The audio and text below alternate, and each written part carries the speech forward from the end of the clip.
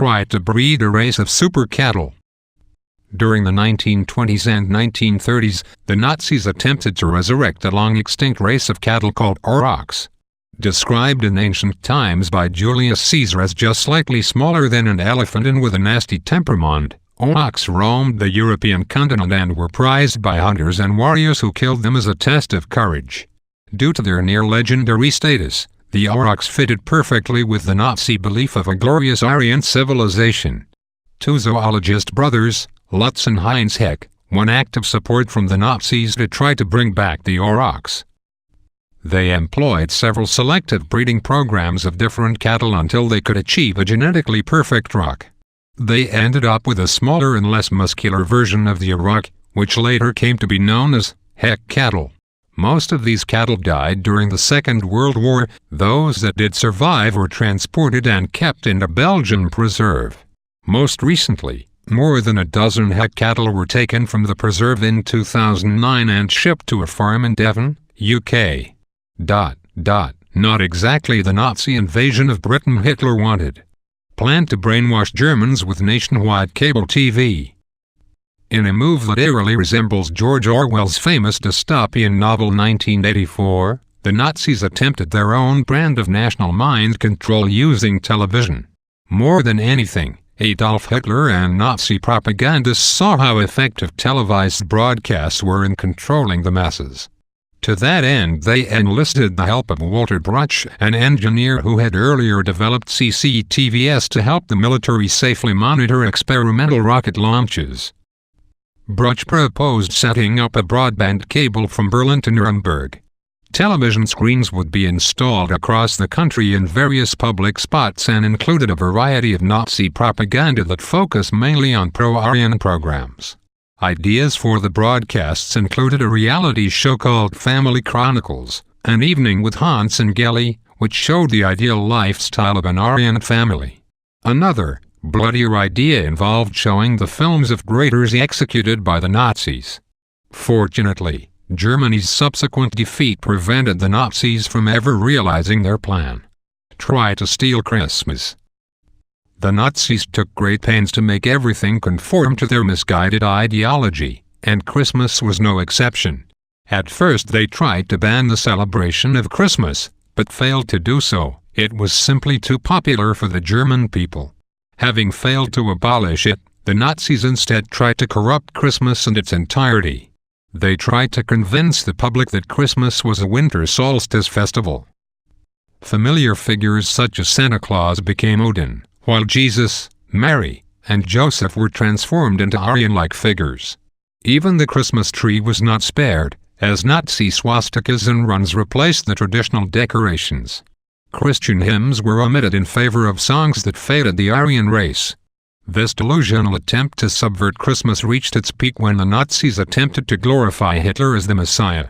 As the war turned against them, the Nazis turned Christmas into a public observance for their dead, which the German public again largely ignored. They were too busy trying to not get killed by them. Wanted to send the Jews to Madagascar. After their quick victory over France in 1940, the Nazis wanted to turn the French colony of Madagascar into a sort of Jewish settlement. They wanted to ship all the European Jews whom they felt stole the Lebensraum, or the living space, of the German people. While exile sounded like a better option than wholesale slaughter, the Nazis would have total control over the island and completely cut off the Jews from the rest of the world. They also expected that the tropical diseases and internal squabbles would eventually lead to the Jews killing themselves. Problem solved. However, the plan required the Germans to decisively defeat and acquire the British Royal Navy's ships to transport the Jews. When that didn't materialize, they considered exiling the Jews to either Siberia or the Arctic, especially after they started invading the Soviet Union. As the war dragged on longer than expected, the Nazi leadership couldn't wait any longer to get rid of the Jews and so instead opted to just exterminate them all. Had a program for the ideal Aryan woman. During their rule, the Nazis left no stone unturned when it came to ensuring that their lifestyle and heredity remained racially pure. In cooperation with the SS, Gertrude Scholz-Klink, the top-ranked woman in the Third Reich, organized bride schools that taught German women how to be the perfect Aryan wife and mother to her family. The schools were racially exclusive. Non-German women were barred from attending. The program ran for a month and 2 weeks, and typically included domestic classes such as cooking and cleaning the house. At the end, those who passed were given a certificate signifying that they were fit to become wives and mothers. Heinrich Himmler, head of the SS and ardent supporter of the program, stated that it was a national obligation for a German woman to produce racially perfect offspring. This idea became less prevalent in the later stages of the war when more German women were enlisted for industrial work to help supplement the growing shortage of able-bodied men. Angora project treated rabbits better than humans. However horrible the Nazis treated their fellow human beings was exactly inversely proportional to the way they treated animals. This baffling paradox was especially evident in several concentration camps where the Nazis forced the prisoners to take care of giant Angora rabbits. Known as the Angora Project, the SS, under the direction of Heinrich Himmler, employed thousands of prisoners to grow these rabbits for their fur, which they used to line military clothing. A number of officers also kept them as pets.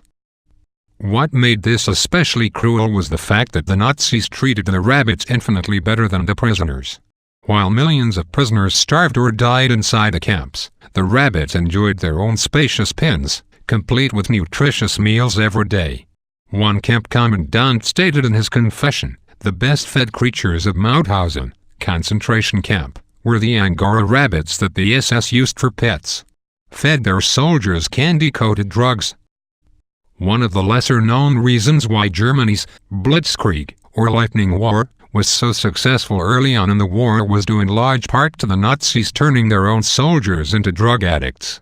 After having studied the effects of Providin, German meth, on university students, the Nazi leadership decided to distribute the drug to all branches of the armed forces.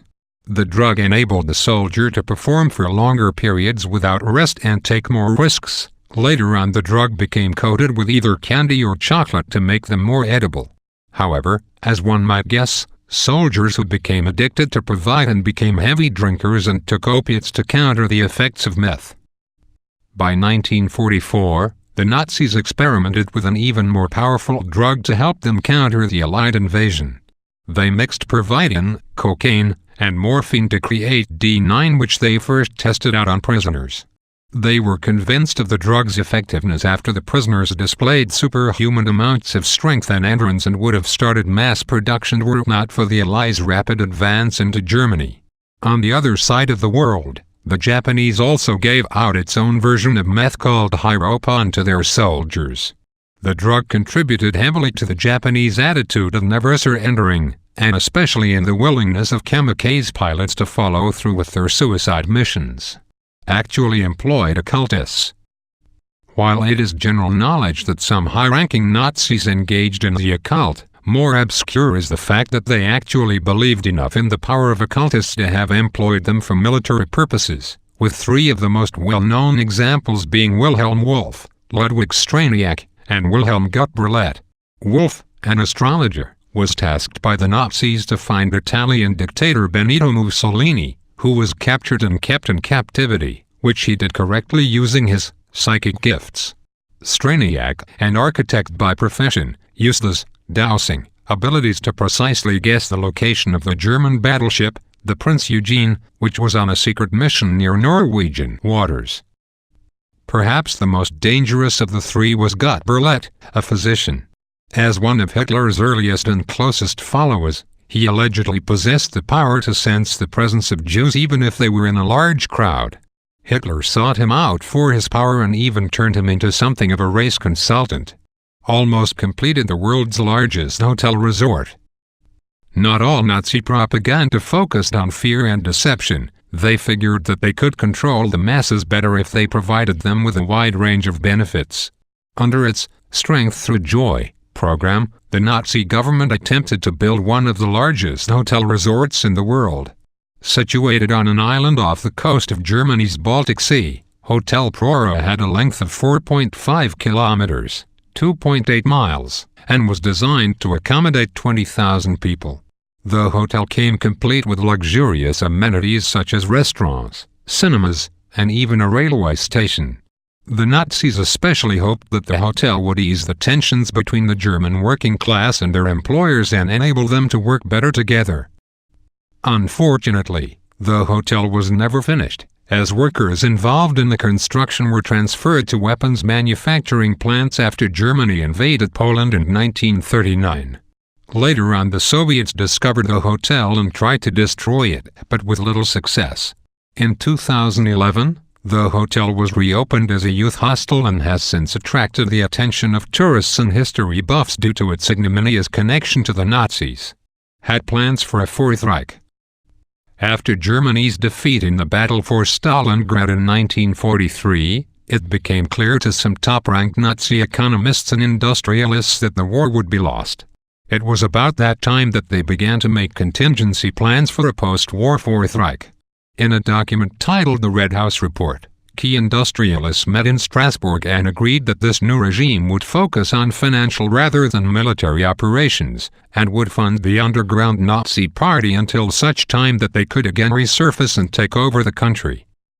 The industrialists, with the aid of the Nazi government, managed to smuggle huge amounts of Germany's assets into friendly or neutral countries like many in South America.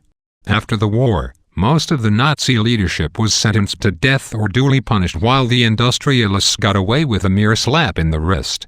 Nowadays, conspiracy theorists have argued that the Fourth Reich is alive and well in the form of the Germany-led European Union. Who knows? Maybe they're right. Yeah.